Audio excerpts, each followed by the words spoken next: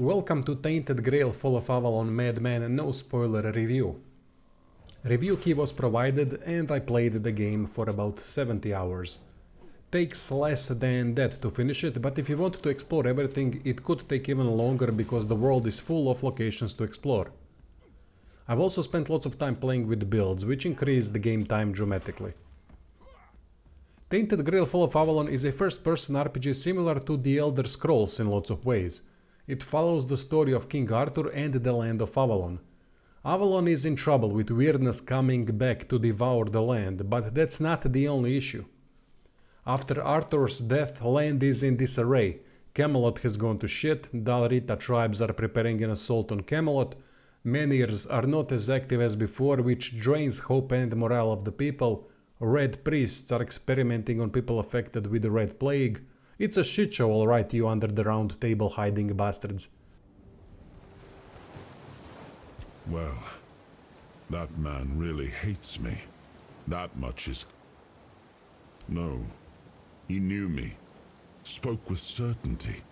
If he was a part of my path, that isn't right. All I know is that I left my kingdom strong, prosperous. It should have grown. It must have flourished in my absence. We awake in the island asylum, where red priests are doing horrific experiments on what are supposed to be patients. Time to get away, with the help of a mysterious character Caradoc. Oh yeah, and in Island Asylum we pick up a part of King Arthur himself. Part that starts the ultimate quest of resurrecting the legendary king to unite the land. Though it's not that simple. Would Arthur's comeback truly be a good thing for the land? Could he unite disjointed factions, or would it lead to negative effects due to a very interesting history with lots of sacrifices and cruel decisions? Without spoiling anything, story is really good. Arthur doesn't remember anything, so uncovering information over time helps with getting to know the real Arthur. His disappointment with what the land has become as he recovers his memory bit by bit is obvious. Then acknowledging his own past mistakes. Questioning modern Camelot and its knights, all culminating with some big decisions at the end on how the land is going to be shaped. I wish I could... I remember I once knew who I was. At some point, but I do not. I do not know. I think it is some kind of... Lore is very well done too. Factions like the massacred druids that were manipulating weirdness, Dal Rita berserker tribes, keepers of peace assigned by Camelot, red priests, Kunach city dependent on their menhir. It all connects nicely and adds more meaning to everything that we are doing. Arthur influenced the land in many ways, so it is interesting to hear each faction mentioning how he affected their history. I have no idea how the druidic half of the tablet, about 200 years ago, is cast, but my subconscious doesn't lie. Writing overall is well done, quests are interesting with lots of decisions to be made, NPCs have their own detailed backstory next to decent voice acting. There's a lot of quests, but very few empty filler ones. Writing extracts maximum out of each quest, even if it's a simple go to city A, talk to person A and come back to me to progress the quest. There's always something interesting to read. For example, one of the endings is connected to a side quest about the hospital in Kunacht. We have to convince merchants to invest into the hospital to save it, but they all require something to be convinced. Another situation is when a zealous red priest steals provocative sexual books to burn them. We have to convince him to return them by reading his commandments and going into a debate about deep philosophical things. Or just kill him. Your choice. Lots of humor too. One of my favorite quests writing-wise is about a legendary thief that goes around and steals a sock, fork, cup and similar insignificant things just to piss off the victim. There's so many quests with different writing styles. Dark, humoristic, sad, shocking. Only thing writing-wise I didn't really like is that in this fantasy medieval world there's a lot of modern language. At times it reads like today's game instead of something from a medieval setting. It can take players briefly out of a game. Another thing I've noticed is that after concluding the story of Horns of the South by killing the All-Mother Dalrita tribe, none of the tribes in regions after even noticed it, like it never happened. I know that Dalrita tribes function each on their own, but still. I'm just helping people appreciate the little things, because those are the only things that truly matter in life, right? At least that's what some bores say. Nah, it's just hilarious, watching you all lose your minds over a missing key or a sock. World of Avalon is fantastic. It's full of stuff to explore with lots of lore bits and pieces. First time I saw a giant chained in the middle of a village was a proper "whoa, this is interesting" moment. And there's a reason why this giant race even exists. There's so many interesting locations like the corrupted temple, tombs of legendary figures, hidden castle with creepy and dark story connected to a long lost kingdom. Avalon exterior is nicely compact with points of interest being close to one another, so there's very little emptiness. Even if wandering far away from cities and villages, there's always something of interest. NPC with an interesting quest, cave that tells an unexpected story, or simply a powerful item.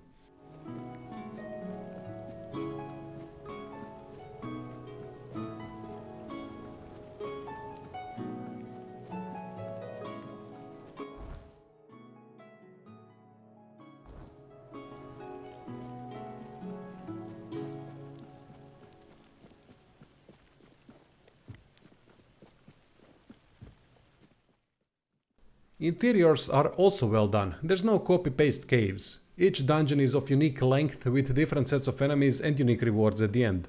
Some are connected to quests picked up outside, others have quests inside them, and a couple are there just to explore and get a new powerful item. Interiors have plenty of details too, which makes exploration more interesting. Overall, World of Avalon is high quality in terms of content and details.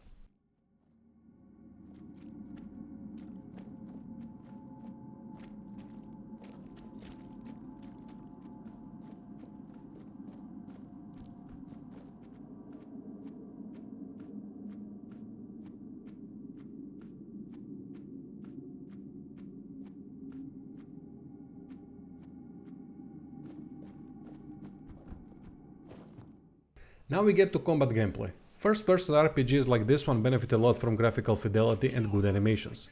Even though hit feedback is quite nice, enemy melee animations can be rough at times, which makes melee combat play out a bit janky, especially movements due to enemies sliding a lot. Our own animations are solid though. Even though movement can be quite janky, there's a lot of importance put on movement and positioning. I like that a lot as it adds a layer of realism. Enemies can completely miss attacks, and we can end up at the enemy's back easily with lightweight gear that affects the movement speed. Also, going forward and backwards can get us briefly out of attack range to bait the attack and then go in for the kill. Float like a butterfly, sting like a bee. I haven't played much with magic since I'm not a fan of mage archetypes, so can't comment too much on it, but considering how melee suffers from rough animations and movements at times, ranged combat doesn't have that to such a degree, so mages and archers could potentially be even better. Don't get me wrong, combat is still a positive overall due to nice hit feedback, enemy diversity and fantastic build potential. Each region introduces new enemy types on top of the old ones with their own resistances and attacks. Humans are of course most interesting to fight because they will dodge your attacks, block and attack with a variety of attacks of their own. Combat is simple and works quite nice. Dash mechanic adds a lot. Basically we have limited amount of dashes that when used propels us into chosen direction. This makes combat more dynamic and actiony than the typical first-person RPG combat. Best thing about combat is using lots of different builds coming from great character leveling progression system. Skill trees are associated with attributes and there's 4 to 5 skill trees for each attribute, which means lots of build potential.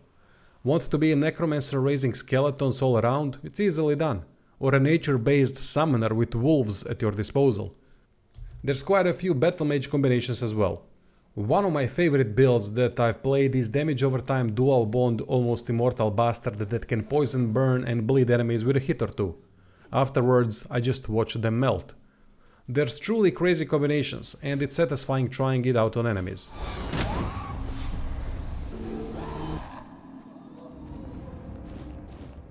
Itemization is well done too, fixed drops thank the fuck, no RNG bollocks, plenty of weapons, armor sets and jewelry to complement every build idea. Very few utterly useless things. Crafting also plays a huge factor as there are a couple things we can do with equipment. Weight reduction option is very interesting, it literally reduces the weight of a piece of a gear. More the player puts effort into economy and resources, more weight reduction can be done, which leads to a lesser encumbrance, which leads to more quickness benefits. Then we can play with relics too. Attach relics to a piece of gear for some great benefits. Craft full armor sets as well. Outside of gear crafting, there's also cooking that's simple and well done. Crafting overall is very user-friendly. Doesn't try some over-complex bollocks to artificially prolong a game time. It's simple, effective and doesn't take long. Perfect. Overall, character progression system is fantastic in my opinion and crafting is really good as well. Now for Mad segment, where I pinpoint a specific thing that pisses me off the most in a game. There's one big issue with the whole combat and character progression though, it's balancing. There's none of it. Even on a hard difficulty game is piss easy for any semi-competent build, and it significantly drags the experience down. There are still fools thinking that there should be no balancing at all in single player, an argument that I will soon do a video about in the Ramblings of a Madman series to kill it once and for all. It's not that difficult to figure out why some degree of balancing is necessary, and Tainted Grail showcases why perfectly. Just translate in your head what the word hard means. It's not easy, right? Hard difficulties are there to challenge players, not to please their egos so that they can say to their moms, "Look ma, I'm killing this game on hard." Poor balancing in Tainted Grail is felt all the time. I even stopped caring about leveling up, cause it wasn't needed at all anymore after some point. Imagine playing RPG on hard and being annoyed that you even have to go to level up screen. Leveling up should be something that is exciting in order to figure out how to better your character in order to be able to survive. If I'm bettering everyone already, one or few more level ups won't add anything significant.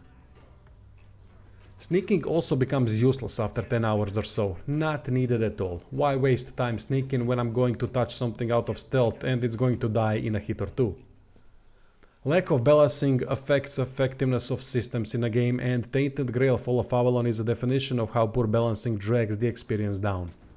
Something that should be atmospheric with exciting progression ends up being a stroll through Avalon without a care in the world.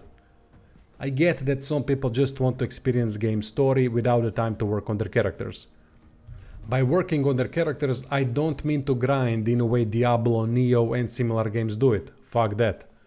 Thankfully, there is easy mode for people that don't want any challenge and interaction with some of the more complex systems. Play the game on easy then. Find your own enjoyment the way you like it. If you want to be super powerful, choose easy mode and enjoy being the baddest motherfucker around. RPGs need balancing, challenge and some form of complexity in order to maximize the role-playing element and effectiveness of game systems.